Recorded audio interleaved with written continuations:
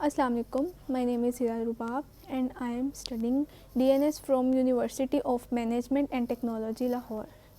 And today my presentation's topic is COPD and I am going to tell you about COPD and its signs and symptoms, its causes and how can be treated COPD.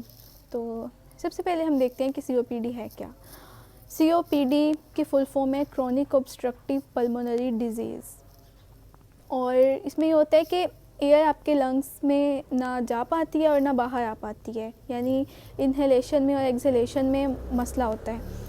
और फिर हम ये देखते हैं कि इसकी causes क्या हैं.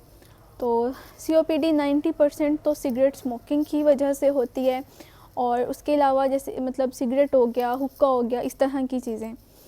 और तो धुएं के अंदर जो टॉक्सिक सब्सटेंसेस होते हैं उसकी वजह से COPD होती है. तो अब से कोई सिगरेट पैसिवली ले रहा है, उसके आसपास के एनवायरनमेंट से आ रही है या कोई एक्टिवली पी रहा है, दोनों कंडीशंस हो सकती हैं.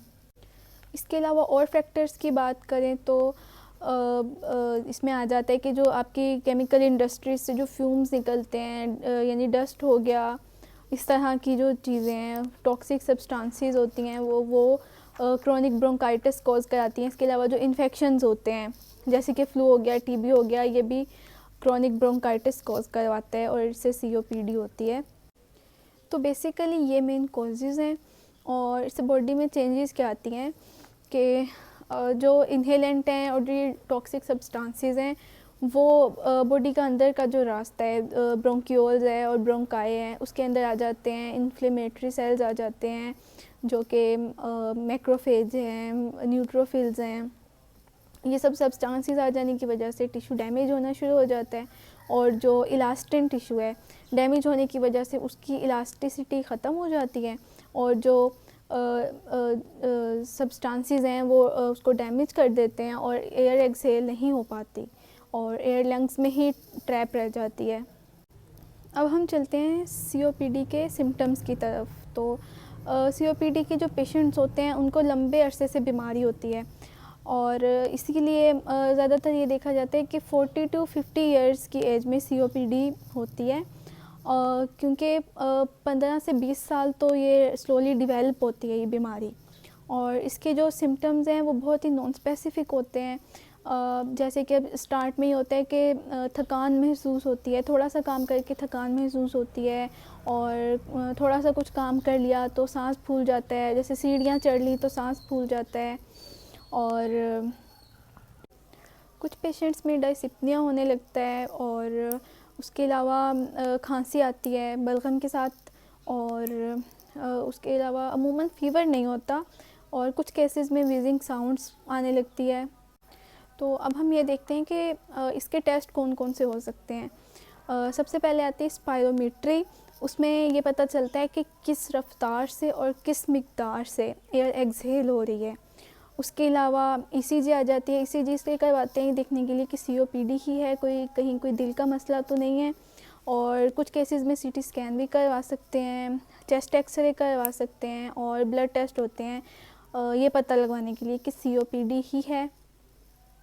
तो अब हम ये देखते हैं कि हमने COPD को ट्रीट कैसे करना है, इसका ट्रीटमेंट कैसे करना है. तो सबसे पहले तो ये है कि जो इसके सिम्टम्स हैं, जो सांस लेने में दुश्वारी है, थकान महसूस होती है, खांसी है, सबसे पहले हमने उसको रिलीव करना है और जो डिज़ीज़ है उसके प्रोग्रेशन को रोकना है. और उसके अलावा कुछ एक्सरसाइजेज हैं वो करनी है, लाइफस्टाइल मॉडिफिकेशन करना है, उसके अलावा वैक्सीनेशन लेनी है. सबसे पहले प्रिवेंशन करनी है, मतलब कि अवॉइडेंस ऑफ इटियोलॉजिकल फैक्टर. और वो फैक्टर क्या है? स्मोकिंग, सिगरेट स्मोकिंग, क्योंकि 90% COPD सिगरेट स्मोकिंग की वजह से होता है. और उसके अलावा डस्ट से दूर रहना है. मेडिकेशंस में आ जाते हैं इन्हेलर्स और उसके अलावा न्यूबलाइज करना है. और फूड का बहुत अहम किरदार है COPD को कंट्रोल करने में, क्योंकि इस केस में ज़्यादातर इन्फ्लेमेशन और इन्फेक्शन कॉज होता है और उनको ठीक करने के लिए एंटीऑक्सीडेंट्स चाहिए होते हैं. और एंटीऑक्सीडेंट्स फ्रूट्स में होते हैं, वेजिटेबल्स में होते हैं. फ्रूट्स में विटामिन A और विटामिन E, विटामिन C होते हैं और ये हीलिंग का प्रोसेस करते हैं, और उसके अलावा मिनरल्स वेजिटेबल्स में बहुत मकदार में पाए जाते हैं। तो एट द एंड ये कि आपको अपनी डाइट अच्छी रखनी है। तो ये मेरा आज का टॉपिक था, और यहीं पे मैं एंड करती हूँ। Thank you so much. Allah हाफिज़।